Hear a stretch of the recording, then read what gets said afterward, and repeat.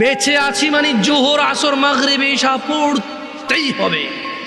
একটু আগে সিগারেট খেয়েছি, একটু পরে আজান হয়েছে, নামাজ পড়তে হবে। একটু আগে পর্নোগ্রাফি উলঙ্গ সিনেমা দেখেছি, একটু পরে আজান হয়েছে, নামাজ পড়তেই হবে। ঘুমের মধ্যে কাপড় চোপড় নষ্ট হয়েছে, মা জানে, বাপ জানে, ভাবি জানে, বোন জানে, সবাই জানে। এখন গোসল করলে সবাই বুঝবে কেন গোসল করছো। সবাই বুঝলে বুঝুক, না বুঝলে নাই।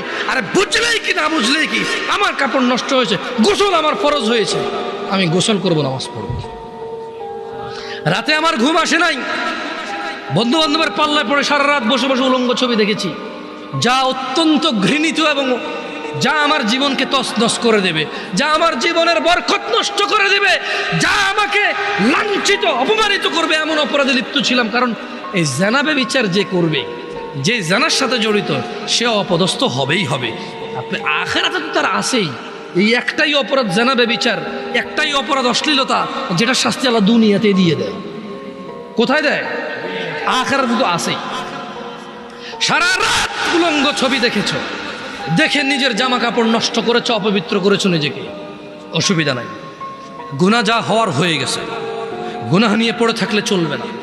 গুনাহ যা হওয়ার হয়ে গেছে, গুনাহ নিয়ে পড়ে থাকলে চলবে না।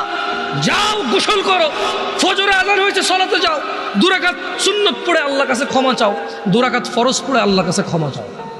আর দেখবা না, প্রতিজ্ঞা করো। আবার দেখে ফেলেছ, অসুবিধা নাই, জোহরে আজান হয়েছে, যাও মসজিদে, যাও গোসল করো, 2 রাকাত নামাজ পড়ো, আল্লাহর কাছে ক্ষমা চাও, প্রতিজ্ঞা করো, আর দেখবা না। আবার দেখে ফেলেছ, অসুবিধা নাই, পরের ওয়াক্ত আজান হয়েছে, যাও মসজিদে যাও। কারণ মনে রাখবা, সকল অপরাধ গুনাহ নামাজ যদি ছুটে যায় কুফরিয়া শিরকি হয়ে যাবে।